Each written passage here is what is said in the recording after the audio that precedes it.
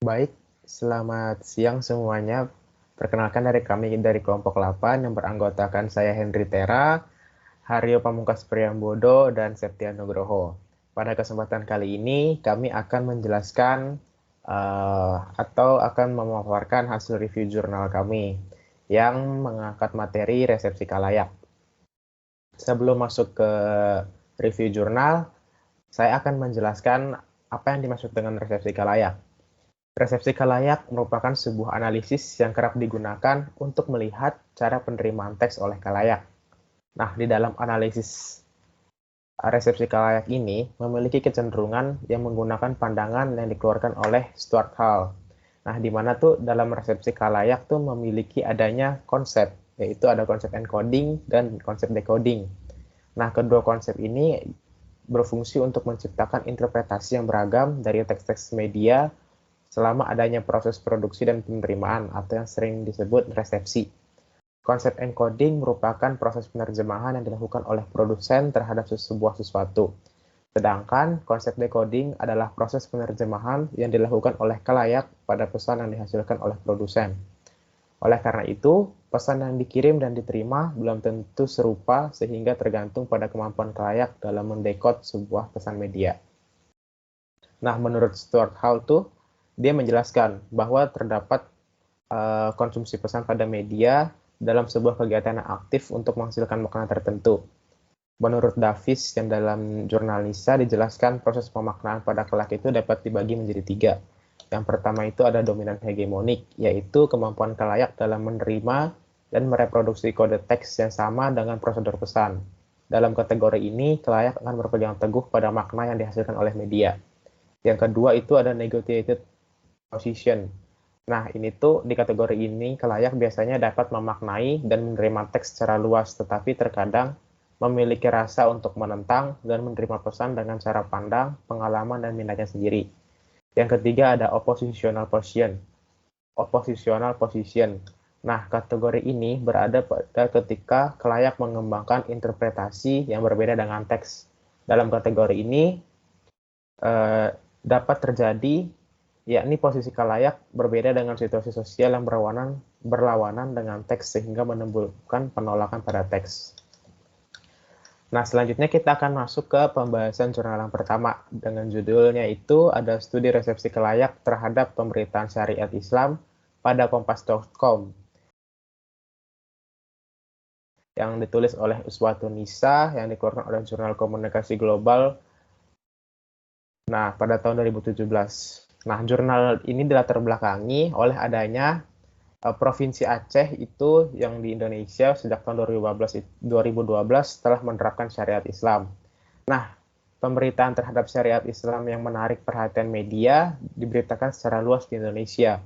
Bahwa saat ini, Provinsi Aceh atau saat itu, Aceh memiliki peraturan khusus dari daerah lainnya di Indonesia. Melalui pemberitaan di media massa tersebut, tentunya akan mengkonsumsi kalayak terhadap syariat Islam tersebut.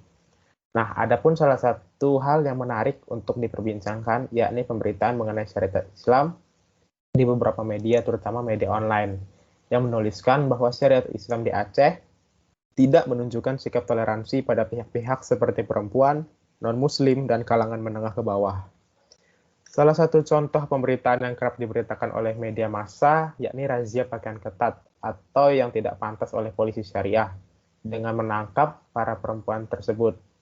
Melalui pemberitaan tersebut, maka akan memberi gambaran kondisi peraturan syariat Islam di Aceh oleh media cetak maupun online pada kalayak.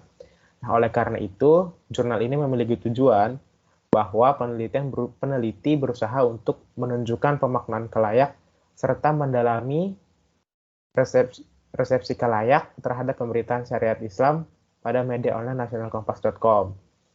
Nah, dari hasil review pada jurnal ini, adapun hasil pembahasan yang telah direview. Nah, yang pertama itu ada resepsi kalayak terhadap syariat Islam. Berdasarkan hasil penelitian dalam jurnal yang dipakai, dalam pemberitaan kompas.com, syariat Islam ini digambarkan sangat mengerikan, kuno, kaku, dan bersifat mengikat. Nah, adapun perbedaan pada posisi penerima pembaca teks yang disebabkan oleh adanya perbedaan interpretasi oleh masing-masing informan tentang gambaran syariat Islam dari pemberitaan kompas.com. Nah, selanjutnya itu di poin kedua ada kita masuk ke dalam resepsi khalayak terhadap upaya pemerintah dalam menegakkan syariat Islam. Nah, ada beberapa perbedaan dari ketujuh informan yang telah menjadi informan pada jurnal yang ditulis oleh Nova. Nah, informan itu terdapat dua informan berada pada posisi negotiated reading, di mana pada satu sisi mereka setuju dengan wacana pemerintah daerah cukup responsif dan serius menerapkan syariat Islam. Sedangkan pada kompas.com menimbulkan kesan bahwa pemerintah daerah bersifat otoriter dan penerapan syariat Islam ini mendiskriminasi kaum-kaum tertentu. Pada posisi oppositional reading tidak setuju nih dengan terhadap makna ditawarkan oleh kompas.com karena media tersebut menggiring opini publik yang negatif pada syariat Islam. Sedangkan posisi dominan reading, informan memiliki pemaknaan yang sama dengan kompas.com, di mana pemerintah sangat proaktif dalam menindaklanjuti permasalahan syariat Islam. Selanjutnya, kita masuk ke resepsi khalayak terhadap peran ulama dalam menegakkan syariat Islam. Nah, resepsi khalayak di poin ini itu dianalisis terdapat 3 informan pada posisi dominan reading. Nah, 3 pada posisi oppositional reading dan 1 pada posisi negotiated reading. Nah, mereka ini menganggap bahwa yang negotiated reading ini menganggap bahwa berita di kompas.com merupakan sesuatu yang informatif, namun menawarkan beberapa pemikiran lain dari pengetahuan dan pengalaman si pembaca. Nah, selanjutnya kita ada masuk ke poin resepsi khalayak terhadap citra aparat penegak syariah. Pada resepsi ini, dominasi dengan informan oppositional reading, di mana informan perempuan memiliki interpretasi yang sama terhadap aparat penegak syariah atau wilayatul hisbah yang sering disingkat itu WH dalam pemberitaan. Nah, di mana WH ini tuh diceritakan atau digambarkan sebagai penegak syariah yang baik dalam upaya penegakan syariat Islam di Aceh. Nah, adapun 2 orang dari informan pada jurnal pada posisi negotiated reading, di mana melalui pemberitaan kompas.com menceritakan bahwa realitas WH yang tetapi keduanya memiliki pemikiran di luar makna pada pemberitaan. Sedangkan pada posisi dominan reading terdapat 2 informan yang memiliki interpretasi yang sama, di mana WH atau yang dikenal wilayatul hisbah sebagai pihak yang membantu pemerintah untuk menegakkan syariat Islam. Nah, untuk jurnal kedua akan dibahas oleh teman saya.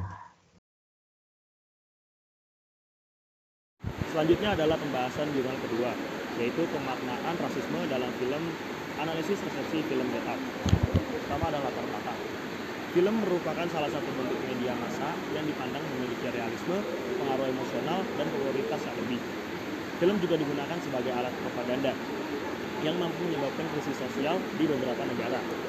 Rasisme adalah permasalahan universal yang dipengaruhi oleh banyak faktor dari sosial, politik, historis, dan ekonomi.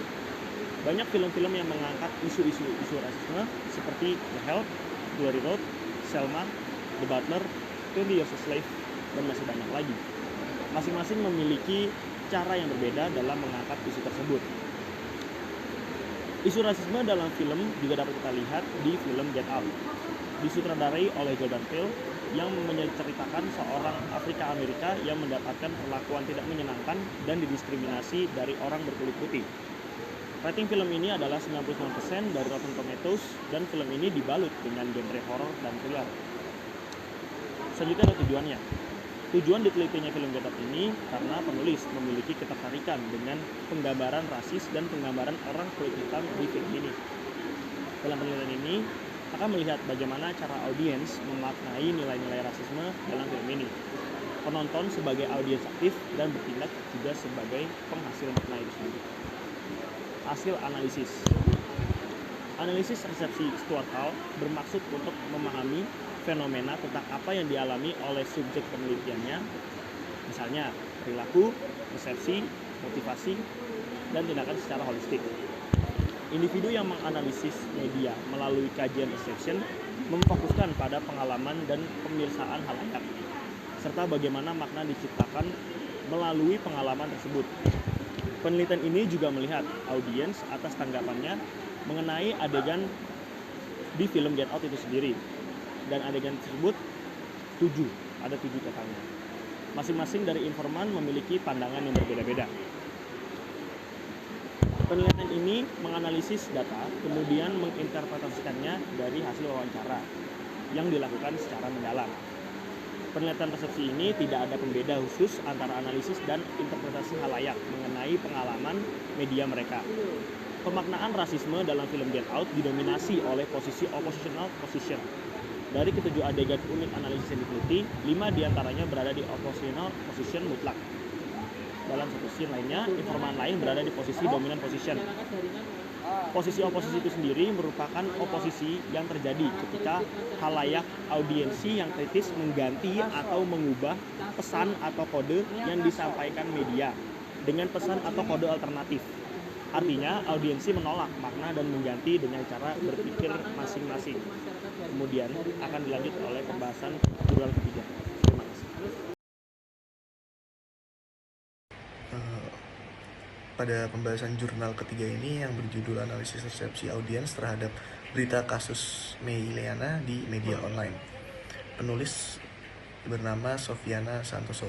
Nah, latar belakang dari jurnal itu bangsa Indonesia itu memiliki beragam suku, budaya, agama, dan etnis. Dengan keberagaman tersebut, para masyarakat ini hidup berdampingan dengan masyarakat lainnya yang memiliki keyakinan yang berbeda-beda. Namun dengan adanya keberagaman tersebut sering ditemui perselisihan sosial antara masyarakat, dan pula kemajemukan masyarakat Indonesia ini ditandai dengan adanya keragaman etnis dan agama. Nah, dari masing-masing suku atau kelompok tersebut memiliki visi dan misi yang berbeda-beda.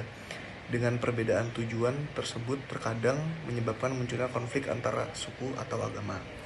Nah, berdasarkan jurnal ini, penulis membahas contoh kasus konflik yang dilakukan oleh Mei Liana. Permasalahan kasus ini adalah kesalahpahaman yang terjadi dari pihak Mei Liana yang mengeluhkan volume suara azan, karena kasus ini menguat sebab adanya sentimen agama. Nah, tujuan dari penelitian ini yaitu untuk membahas topik tentang kasus Mei Liana yang mengeluh terhadap suara volume azan yang berada di dekat rumahnya. Nah, peneliti ingin melihat kasus ini ingin dilihat melalui teori resepsi khalayak. Nah, hasil analisis yang kami dapat itu berdasarkan dari penelitian jurnal komunikasi dan teknologi informasi.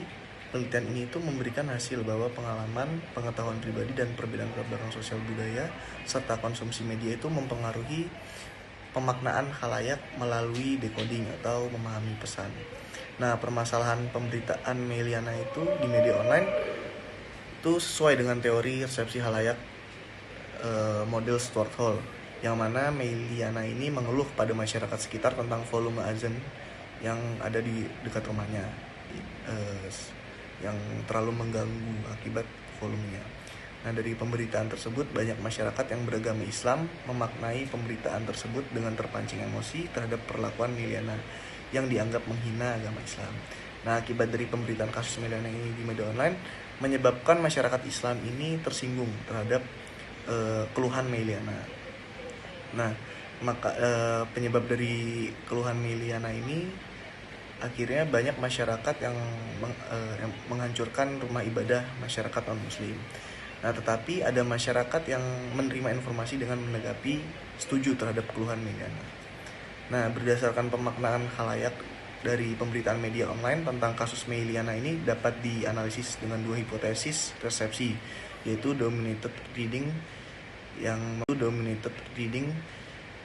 memperlihatkan bahwa khalayak setuju dengan berita media online bahwa kasus Mei Liana ini bukan termasuk penistaan agama, melainkan keluhan individu terhadap lingkungan sekitarnya.